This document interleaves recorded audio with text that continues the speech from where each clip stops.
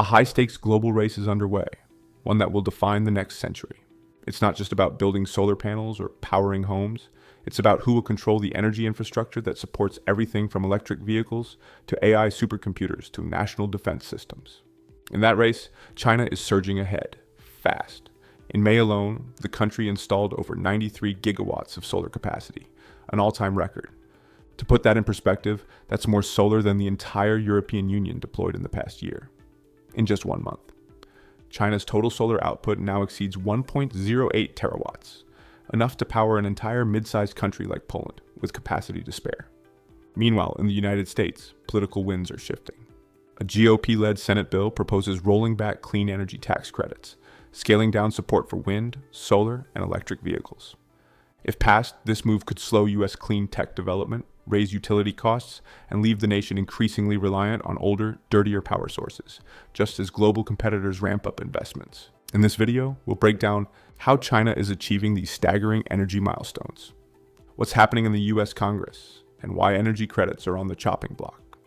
Why this isn't just about climate, but also about the energy demands of the tech industry, especially artificial intelligence and data infrastructure. And what all of this means for America's future in terms of jobs, global power, and innovation. Let's start with China. China's clean energy revolution is moving at a pace the world has never seen. In just the first 5 months of 2025, the country installed almost 200 gigawatts of solar capacity and 46 gigawatts of wind. That's roughly equivalent to building the entire power grid of Indonesia or powering every home in Germany with clean, renewable sources. Total solar capacity has now crossed 1.08 terawatts, making China the first country in the world to hit that benchmark. And they're not slowing down. China plans to double that number again before the end of the decade. What's driving this growth? A mix of industrial strategy, economies of scale, and long-term planning. China doesn't just install solar panels. They also manufacture them, export them, and control the raw materials. From mining polysilicon to fabricating solar cells, China dominates every link in the supply chain. But this isn't just about clean air or meeting climate targets. These energy projects are powering a new industrial era. Data centers, electric vehicle factories, chip foundries, and AI labs all run on electricity. The cheaper and cleaner that electricity is, the more competitive those industries become. In short, China's solar surge isn't just a climate win. It's an economic and technological advantage, one that could shape global power for decades. While China breaks records building clean power, Washington is heading in the opposite direction. A massive GOP-led megabill moving through the Senate includes a suite of provisions that would scale back or eliminate key clean energy tax credits passed just a few years ago. The bill proposes a full phase-out of incentives for wind, solar, and electric vehicles by 2027. It would also impose new taxes on renewable projects that use Chinese-made components and increase subsidies for coal, reversing years of momentum toward decarbonization. There's more. Under the proposed rules, any solar or wind project that isn't under construction by 2026 could be cut off from federal support altogether. This creates a chilling effect for developers, who now face massive uncertainty around financing, timelines, and return on investment. Supporters of the bill say it's about leveling the playing field, reducing dependence on Chinese parts, and creating a more balanced energy mix. But critics call it a direct attack on renewables, warning that it could set the US back years, just as the world enters a new energy arms race. Analysts estimate the bill could eliminate millions of clean energy jobs, especially in solar installation, battery manufacturing, and grid upgrades. Electricity costs could rise, particularly in regions reliant on wind or solar, and the tech industry could feel the ripple effects as high-energy systems like data centers and AI clusters become more expensive to operate. The backlash hasn't just come from environmentalists. Business leaders across sectors have raised the alarm. Elon Musk, a vocal supporter of clean energy infrastructure, called the bill utterly insane, warning it could undercut US competitiveness in AI, EVs, and robotics. The message from critics is clear. This isn't just a climate rollback. It's a tech rollback, one that could leave the US lagging behind in the most important industries of the 21st century. So why does any of this matter for artificial intelligence? Because AI isn't just about code or algorithms, it's about power. And not just metaphorical power, but literal electricity.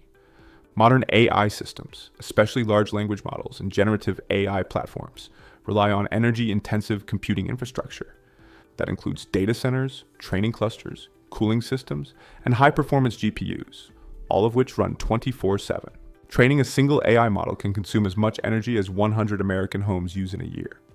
Running that model across millions of users requires even more, and the demand is only growing. Now, layer on top of that the rise of electric vehicles, battery plants, and semiconductor fabs, all of which are expanding alongside the AI boom. These facilities don't just use electricity, they need it to be stable, scalable, and increasingly low carbon to meet both regulatory goals and investor expectations.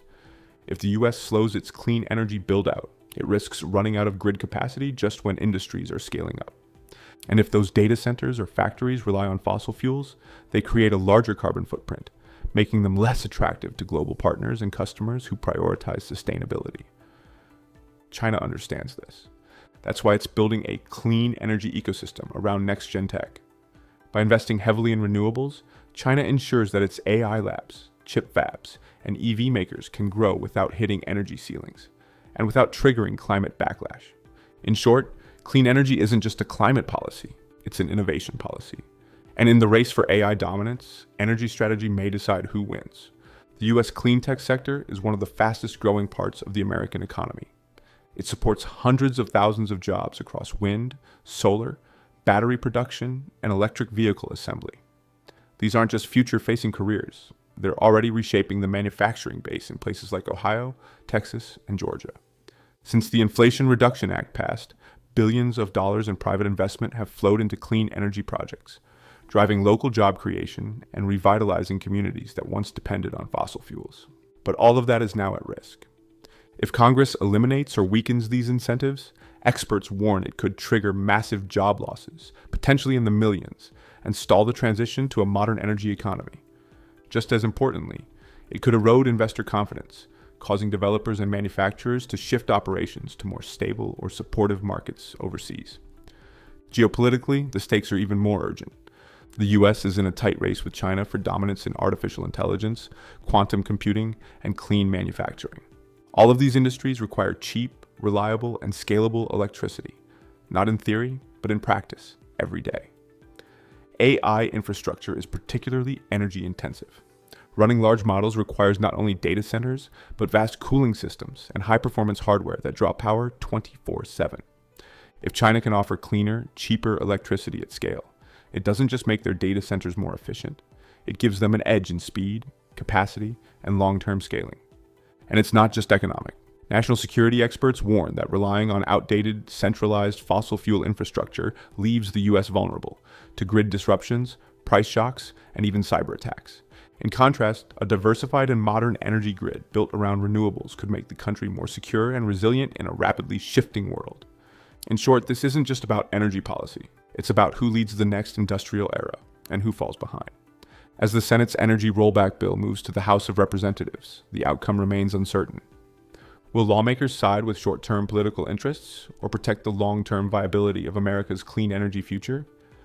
If the rollback remains intact, analysts expect a steep drop in new clean tech projects. Developers may pull back, manufacturing growth could slow, and fossil fuels, particularly natural gas and coal, could regain market share, reversing years of emissions progress and weakening the US's climate and innovation leadership. Alternatively, Congress could course correct. Restoring or preserving incentives for wind, solar, and electric vehicles would not just keep America competitive, it would reinforce energy as a pillar of 21st century industrial strength. Meanwhile, China isn't waiting. It has already surpassed 1 terawatt of installed solar capacity, and it's still building, with a pace and scale that no other country has matched. Renewables now make up over a fifth of China's energy mix, and that share is growing fast. But this isn't just about percentage points. It's about infrastructure, the physical, scalable, distributed power systems that will support artificial intelligence, green industry, smart grids, and economic resilience. In a global economy increasingly shaped by energy-intensive technology, whoever builds faster and smarter wins. There's a global race to power the future, and it's about more than clean air. It's about economic competitiveness, AI leadership, and national security. China is pouring clean energy into the ground and plugging in data centers and factories. The US is rolling back incentives, raising questions about priorities in Washington. The real question for America: Will we reinvest in energy to fuel innovation, or risk being outpowered in the race to build the future?